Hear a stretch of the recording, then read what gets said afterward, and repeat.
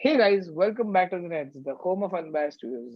So today we're going to talk about the all-important India full strength India team versus not so full strength Sri Lankan team.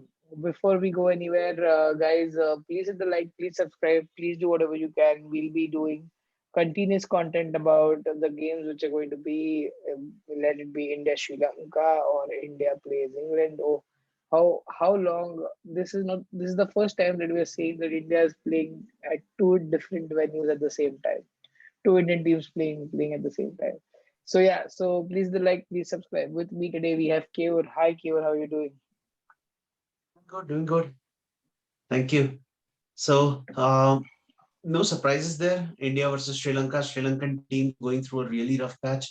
Transition. I wouldn't say transition. It's been the case for the last 3, 4 years now, and some people blame it on Mickey Arthur. Some people blame it on lack of planning from the Sri Lankan board. But all in all, it's a sad state for Sri Lankan cricket. Now, this is what the ninth game that India has won on the trot in Sri Lanka. One day, the Sri Lankan team was looking pretty mediocre when they were in England as well. And yesterday we did see a few new faces.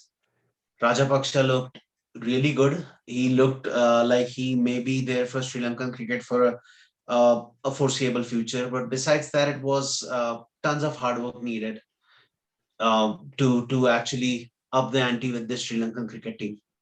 Again, it all comes down to how strong your domestic circuit is, right? So it's the same thing happening in different countries right now, be it Sri Lanka, be it Pakistan, be it so all these countries don't have a smooth transition because of domestic leagues or domestic tournaments not being the way they are in say India or Australia or England. So these or even New Zealand for that matter, they have a strong domestic circuit which So if you look at it, the infrastructure that has been set up with countries that have a solid domestic structure, you actually look back and see that they have planned for the next 10 years instead of the instant future. If you look at India, we had invested in foreign coaches. Then we started utilizing, we tagged along domestic coaches along with the foreign coaches. So the domestic coaches actually learned, and now we have a domestic coach who is driving Team India. We have Rahul Dravid, who has taken the development tasks of India A. Now he's transitioning in, and we all know that he's eventually going to be Team India's coach as well. But he's bringing himself from grassroots level to the next one, and we can see that all there is a set process for how the coach gets in, how the team selectors get in, what kind of a domestic structure you need to have before the player gets forward, promoted to the future. So all these players who have performed yesterday, no one was surprised with Ishan Kishan coming in and hitting the first ball for six. And again, Rahul Dravid, having that figure of Rahul Dravid in the dressing room is so important. 2 days before the game, Ishan Kishan states that Rahul Dravid sir walked up to me and said, "You are going to play number three.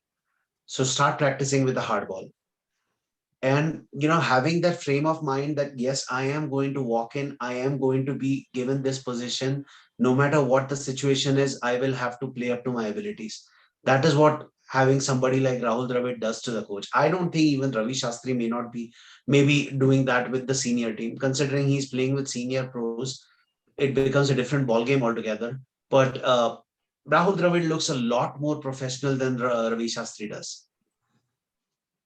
he's far more professional. I don't think there was any question regarding how Dravid is, but he's taken the youth team to another level, is what I feel. So, but going forward, was it the Mumbai show or was it the Mumbai show? I don't. I is was it the Absolutely. I mean, four Mumbai Indians, Prithvi Shaw, again, a fifth one. We missed out on Shreyas Iyer. But a captain's knock by Shikhar Dhawan, don't take that away at all. He stayed there and he was actually walking up to them and asking them to just be there, like control, be there. But he said that the youngsters just came in and enjoyed the game. They showed what they are capable of. And you had Prithvi Shaw, who reminds you so much of Sehwag. Uh, I, Improvement Prithvi in Shaw? his So with Prithvi Shaw, it felt like Sachin from Sharjah. So it was not a Sehwag like innings. It was Sachin. It reminded me right back in those days when you were just whacking things away, like, and the way he tongs the ball, it is surreal. It is surreal. Gives me that impression that Prithvi Shaw will probably be traveling with Team India in the World Cup. I think it would be unfair if he's not taken in after the kind of form that he has shown. Again, Shikhar Dhawan is called Mr. ICC for a reason. He performs every single time an ICC tournament is out there. So yes, I would. It would be a good headache for the selectors.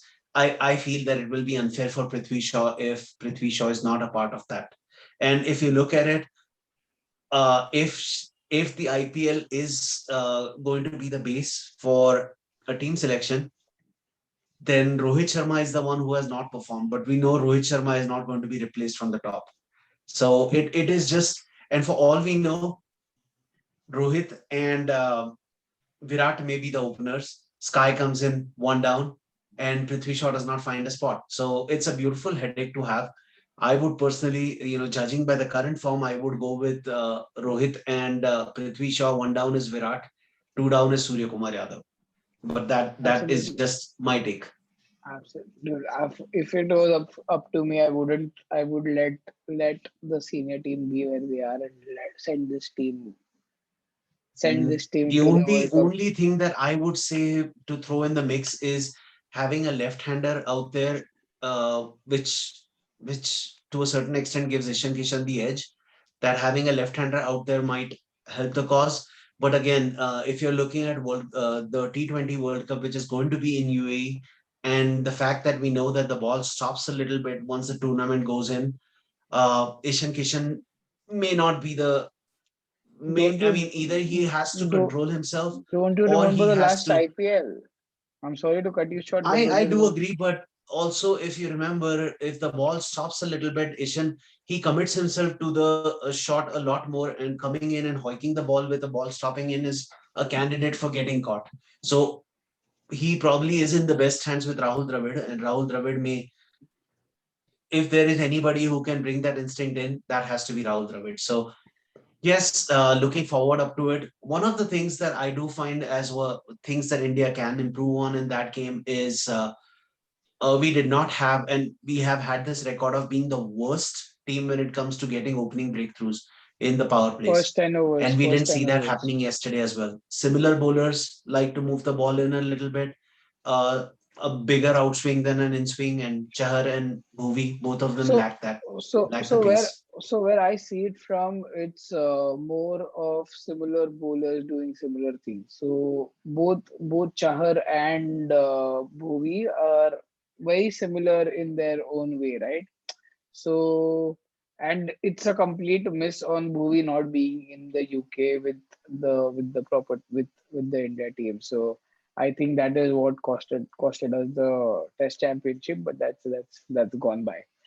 So And I feel Bhuvi would add a lot more in England than he adds in Sri Lanka. But again, I like the way it has been organized. You have a really senior bowler like Bhuvi who is out there, mentoring or taking that attack through. And I think Bhuvi will add a lot more value in T20s than he does in the one day internationals.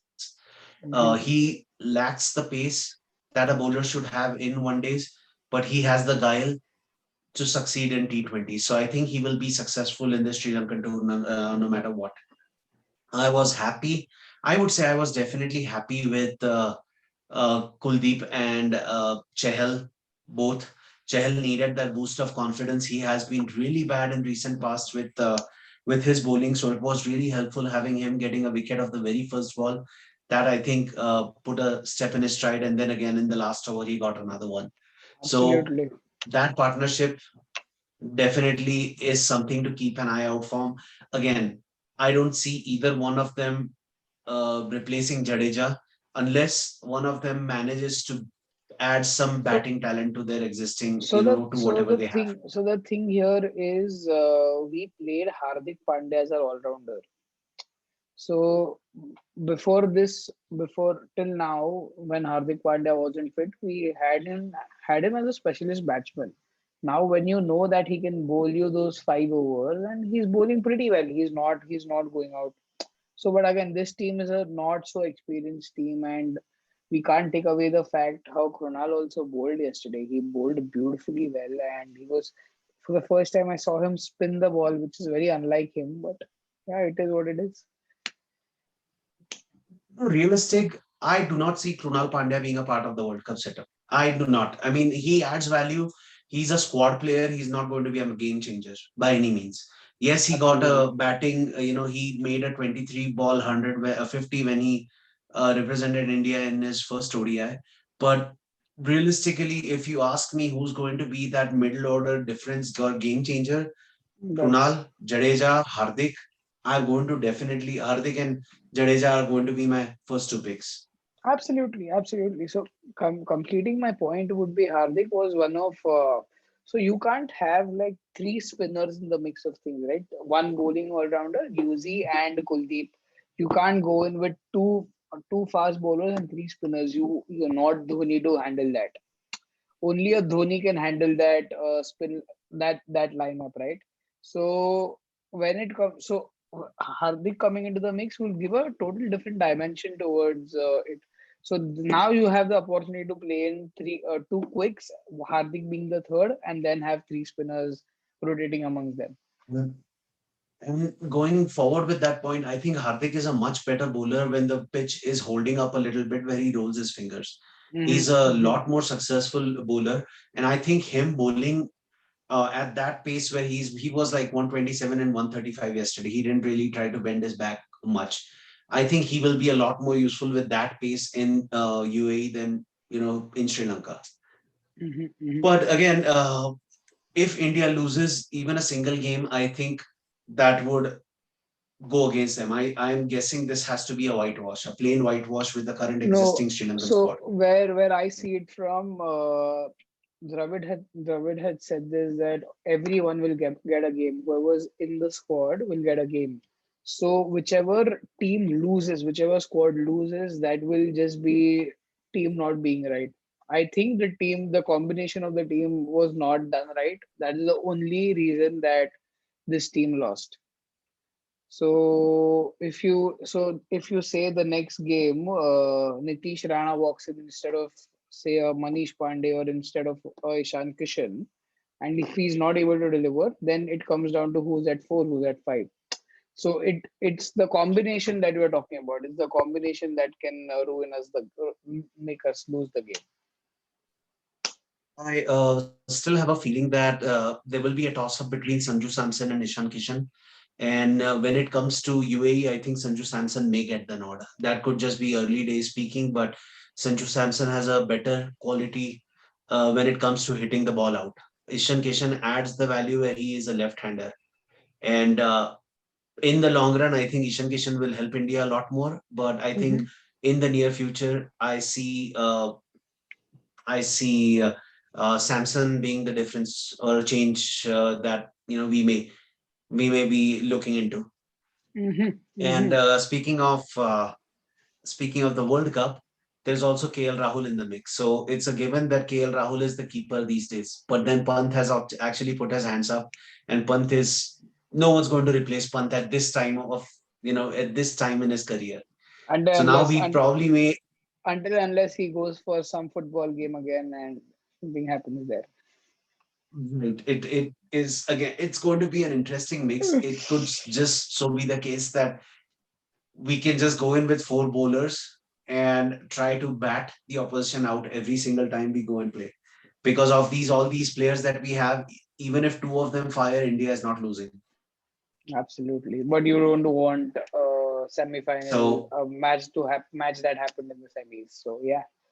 absolutely. So speaking of which, moving on to another series that's going on, uh, England squad and Oh no, no, that's not England. That's India. England D versus Pakistan legends. so I mean, no disrespect to England D squad. They won 3-0. But the fun thing was Ben Stokes, when he was given the captain's armband, he did not even know who. which player was included in the team, and he did not know which counties they played from. So it was pretty funny, but ultimately, in the end, it's again a domestic structure where you have players who come in through, internal games, practice, domestic games. They come in and perform when it comes to the big stage.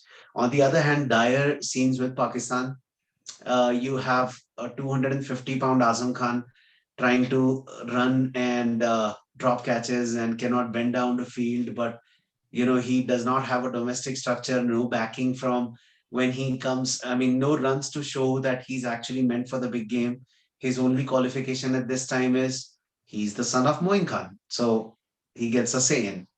uh, Not so good situation when it comes to Pakistan and Pakistan domestic league, but they have probably got Babar Azam, who is absolutely brilliant when it comes to setting targets, not that good Mhm. when it comes to chasing, and Rizwan, who have pretty much settled themselves. So it will be a team to watch out for. If you ask me, Pakistan is, I wouldn't count them out at this stage, but the fact that they have Rizwan, Babar, and Fakar Zaman coming in at three, it's a solid top order. So if they can fix the middle order, that would be a team that would be an underdog when it comes to the World Cup. The pools are out, and they all they have to do is beat either South Africa. I think South Africa is one.